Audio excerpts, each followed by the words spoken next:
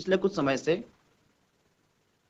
हम भौतिक विज्ञान कक्षा 9 विज्ञान के अंतर्गत हमारा एक हिस्सा है, उसके तहत कुछ पाठों का अध्ययन कर चुके हैं।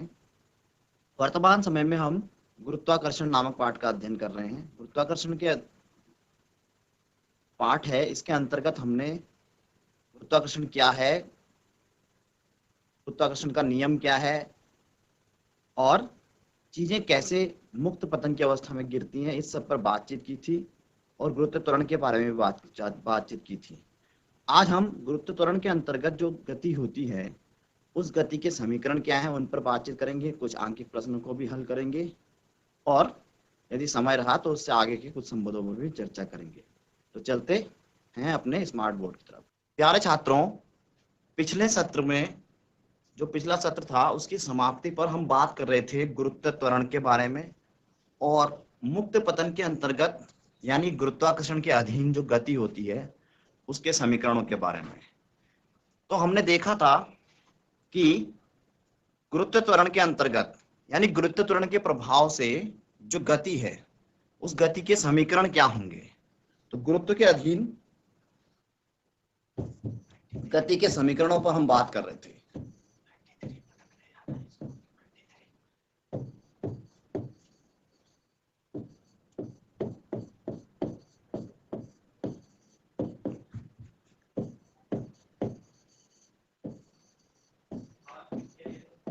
तो हम मान लें कि यदि वस्तु क्या है,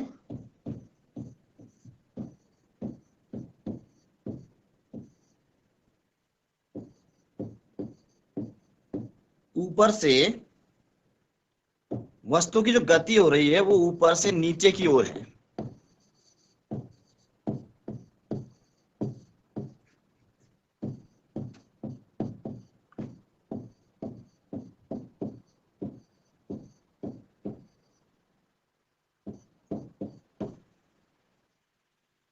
तो जो गति का पहला समीकरण बनता है v is equal to u plus g T.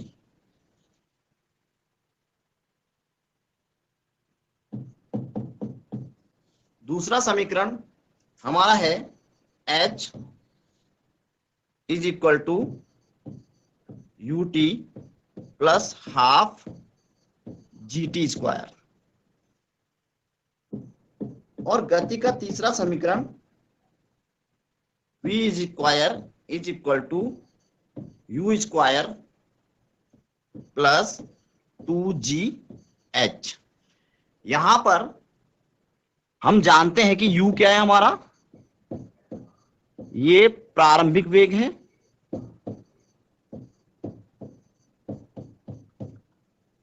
v वस्तु का अंतिम वेग है,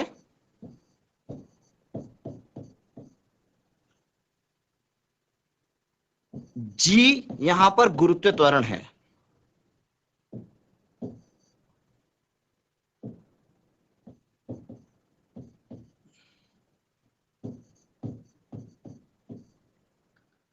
t समय है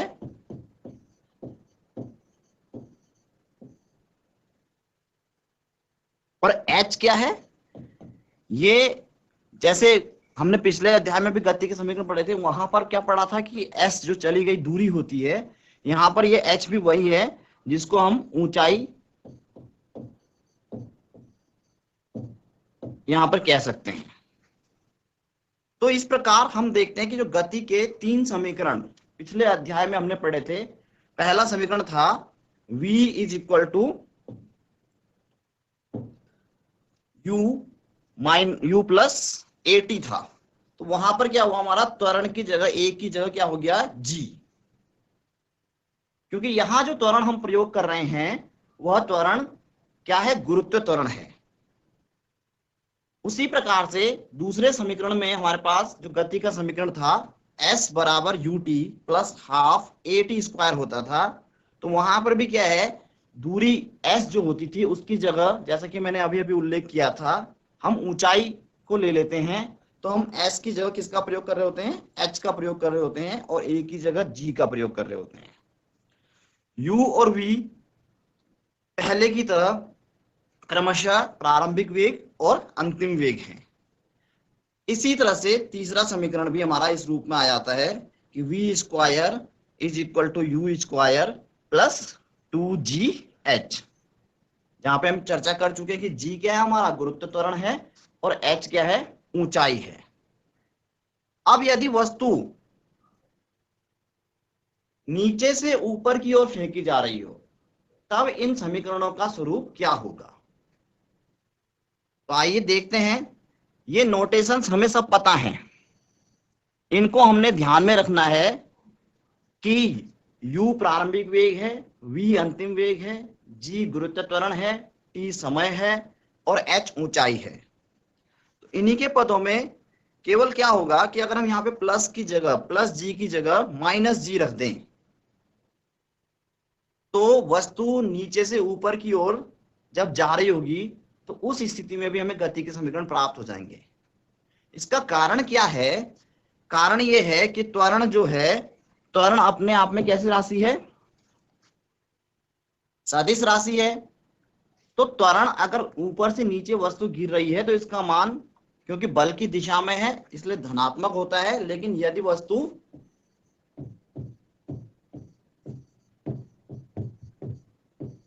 नीचे से ऊपर की ओर जा रही हो,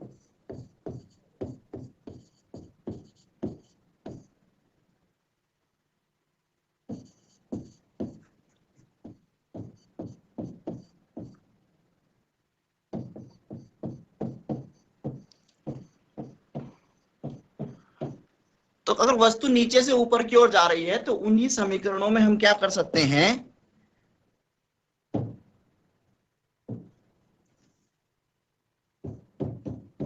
जी का मान ऋणात्मक लेने पर उनका नया रूप हम लिख सकते हैं। क्या हो जाएगा? पहला समीकरण था v is equal to u plus g t था, तो हमारा यहाँ पे आ जाएगा u v u minus g t. दूसरा समीकरण हमारा h is equal to u t plus half g t square था, तो यहां पर क्या आ जाएगा, minus half g t square. और तीसरा जो समीकरण था v is equal to u square plus 2gh था, तो यहाँ पे g की जगह अगर हम माइनस जी रख देंगे तो माइनस 2gh हो जाएगा। तो इस प्रकार हमें वस्तु के नीचे से ऊपर की ओर जाने पर भी गति के समीकरण प्राप्त हो जाएंगे। तो ये हमने जो अभी अध्ययन किया, हमने देखा कि गुरुत्वाकर्षण के अधीन गति के समीकरण क्या होते हैं, या गुरुत्व बल के अधीन गति के समीकरण क्या होते हैं, इन पर हमने चर्चा की। तो आइए अब हम इनसे कुछ आंकिक प्रश्न इन पर आधारित जो हैं उनको हल करने का प्रयास करते हैं।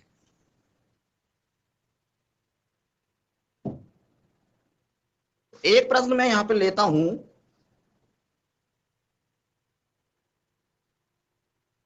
कि 19.6 मीटर ऊंची एक मीनार की चोटी से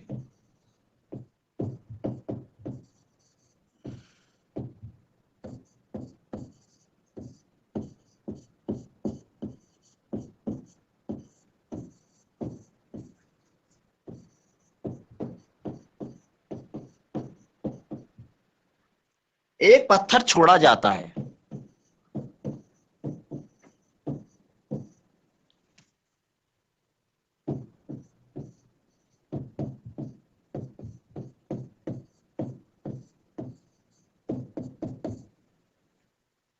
पृथ्वी पर पहुंचने से पहले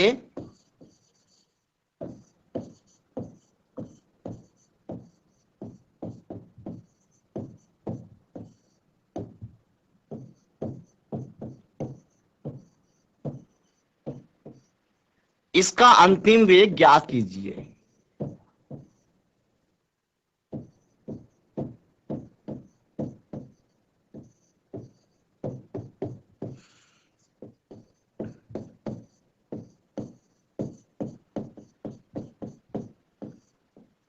तो देखिए, ये प्रश्न अगर हम ध्यान से पढ़ेंगे तो इसमें हमें कुछ तथ्य दिए गए हैं।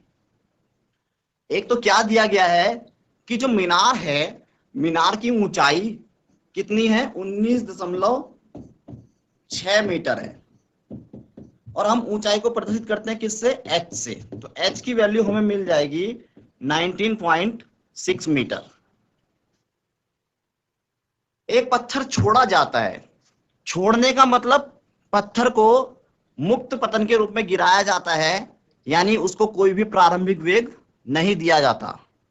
तो ऐसी स्थिति में, या कुछ प्रश्नों में ऐसे भी लिखा आता है कि विरामावस्था से गिराया जाता है या विरामावस्था से छोड़ा जाता है। तो हम जानते हैं कि ऐसी अवस्था में प्रारंभिक वेग क्या होगा? 0 होगा। और अब हमें यह निकालना है कि उसका अंतिम वेग क्या होगा। कब? पृथ्वी पर पहुंचने से पहले या पृथ्वी पर पहुंचते समय। यानी दूसरे शब्दों में हम यह भी समझ सकते हैं कि 19.6 मीटर की जो ये दूरी है, 19.6 मीटर की दूरी ऊर्ध्वाधर दिशा में तय करने पर उस वस्तु का वेग 0 से बढ़कर कितना हो जाएगा। प्रश्न बहुत साधारण सा है, अगर हम इसे इस तरह से समझें तो अब हम ये तय करेंगे कि यहां पर हम गति का कौन सा समीकरण प्रयोग कर सकते हैं। तो देखिए, हमारे पास v, u और h 3 राशियां हैं। इन 3 राशियों में हमें संबंध जिस समीकरण से मिलता है उस समीकरण का ही हम यहां पर प्रयोग करेंगे। तो तीसरा समीकरण इसके लिए उपयुक्त रहेगा, क्योंकि यहां पर हमें समय नहीं दिया गया है और एक केवल ऐसा समीकरण तीसरा ही है जिसमें समय का पद नहीं आता है। तो अगर हम इसको ले लें कि तृतीय समीकरण से, और तृतीय समीकरण क्या है? v इज इक्वल टू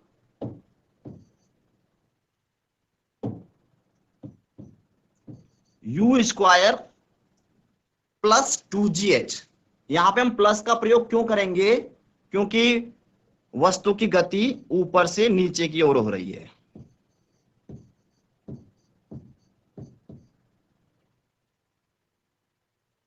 अब g का मान जो है वो हमें पता होता है, हमने उसकी गणना भी की थी कि 9.8 मीटर प्रति सेकंड स्क्वायर होता है पृथ्वी की सतह के नजदीक। तो इन मानों को अगर हम इस समीकरण में रखेंगे तो देखते हैं क्या होता है। v is equal to u का मान क्या है? 0 है, 0 का वर्ग प्लस 2 g का मान 9.8 इंटू h 19.6। या हम लिख सकते हैं कि v is equal to u का मान तो 0 हो गया, प्लस 2 गुणा 9.8 गुणा 19.6।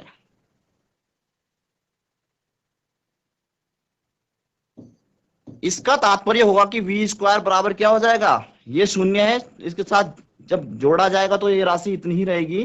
तो हम क्या कह सकते हैं कि v स्क्वायर हो जाएगा 2 गुणा 9.8 गुणा 19.6। अब हमें तो v का मान निकालना है।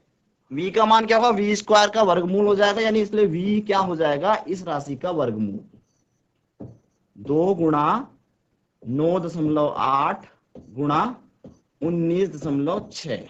अब इसे सरल करने के लिए यदि मैं इसके गुणनखंड कर लूं, किसके? 19.6 के, तो देखिए क्या आता है। 2 गुणा 9.8 तो है ही यहाँ पे, इंटू इसको भी हम लिखते हैं 2 गुणा 9.8। यहां पे हमने क्या किया है? यहां पे हमने 19.6 के गुणनखंड कर लिए हैं। अब जब हम इसका वर्गमूल लेंगे तो 2 गुणा 2, यहाँ पे 2 बार आया इसलिए 1 बार ले लेंगे वर्गमूल से बाहर, यानी हमने वर्गमूल ले लिया उसका, गुणा 9.6 8, इसको हम गुणा करेंगे तो हमारे पास आ जाएगा 19.6 मीटर प्रति सेकेंड। तो इस तरह से हम गणना कर सकते हैं वस्तु के अंतिम वेग की। तो देखिए ये जो अंकित प्रश्न है ये आपकी पाठ्यपुस्तक के अभ्यास से ही लिया गया है। आप इस तरह के या इस समीकरण पर आधारित अन्य प्रश्नों का अभ्यास भी इसी प्रकार कर सकते हैं। एक और थोड़ा दूसरे प्रकार का अंकित प्रश्न हम लेने का यहाँ पे प्रयास करेंगे। अगला प्रश्न हमारा है कि एक गेंद ऊर्ध्वाधर दिशा में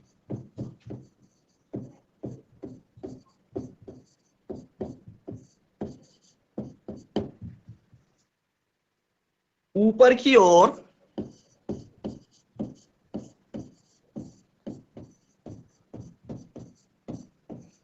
49 मीटर प्रति सेकंड के वेग से फेंकी जाती है।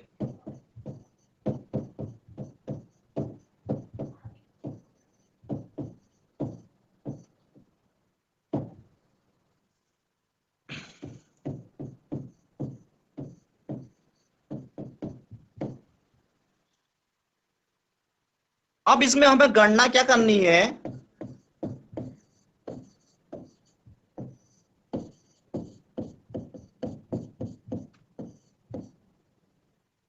पहला तो है कि वो अधिकतम ऊंचाई,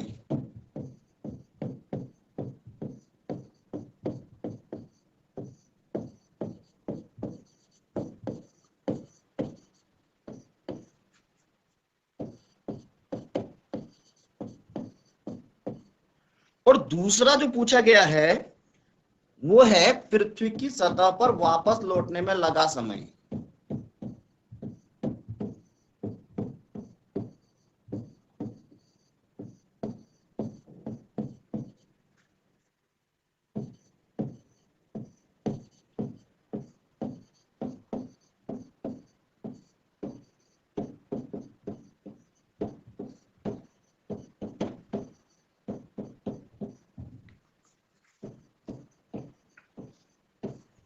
तो देखिए यहां पर भी ये थोड़ा दूसरे प्रकार का आंकिक प्रश्न है, लेकिन है उन्हीं गति के समीकरणों पर आधारित।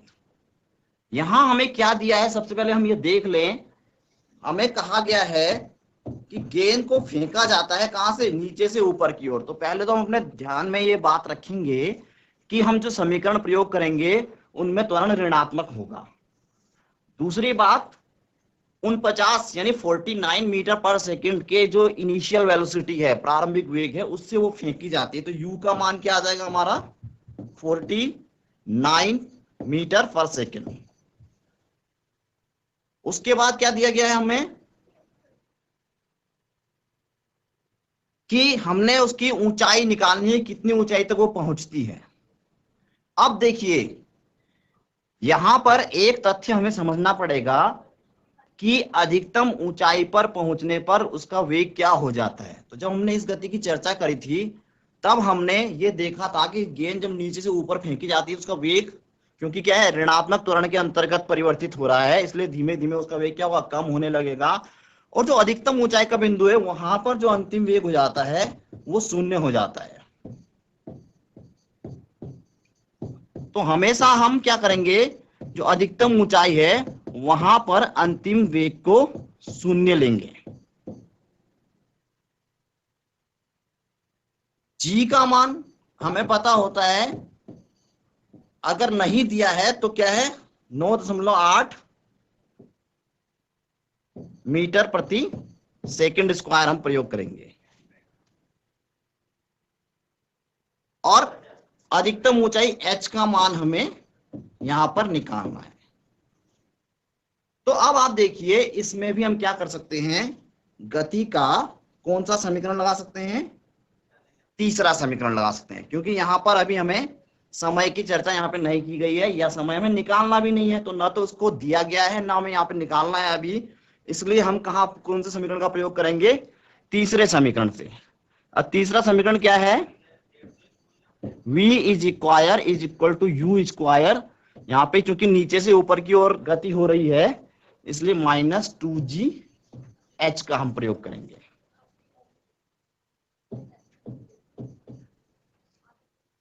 v का मान हमने शून्य रख दिया, u का मान हमारे पास क्या है 49 माइनस 2g और h। तो इसको हम हल कर सकते हैं कि अगर हम 2gh को लेफ्ट हैंड साइड में ले आए तो 2 गुणा 9.8 गुणा h ये बराबर हो जाएगा 49 का वर्ग, यानी 49 इंटू 49, या h is equal to 49 into 49 upon 2 into 9.8। तो अब हम इसको सरल करेंगे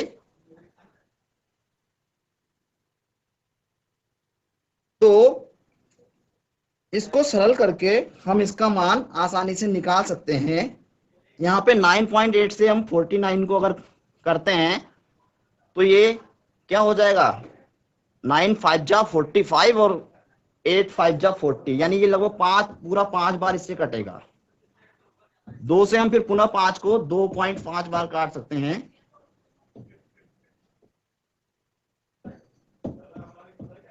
और इनकी हम गुणा कर देंगे 49 इंटू 2.5, तो हमारा आंसर जो निकल के आता है, इसकी गणना आप स्वयं भी कर सकते हैं, अब केवल इसमें गणना करनी 122.5 मीटर। तो यहां पर हमने देखा कि किस तरह से हम ऊंचाई की गणना इसकी कर सकते हैं। इसी तरह से इन्हीं तथ्यों के आधार पे अगला जो है हमें समय निकालना है। समय निकालने के लिए हम गति के प्रथम समीकरण का प्रयोग कर सकते हैं, v is equal to u minus g t. तो एक तरफ जाने में लगा समय v हमारा अंतिम वेग हमने शून्य लिया था, u हमारा 49 था, माइनस g 9.8 था इंटू टी। इसको इधर ले आएंगे तो 9.8 इंटू टी बराबर क्या था 49 हो जाएगा, या t बराबर आ जाएगा 49 अपॉन 9.8 बराबर 5 सेकंड। लेकिन ये जो 5 सेकंड का समय है ये कहां है, ये समय होगा अधिकतम ऊंचाई तक जाने में।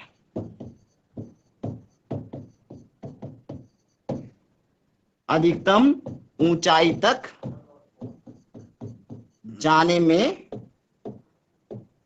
क्योंकि हमने यहां अंतिम वेग जो प्रयोग किया गया है वो अधिकतम ऊंचाई तक जाने में लिया गया अंतिम वेग, यानी 0 प्रयोग किया है।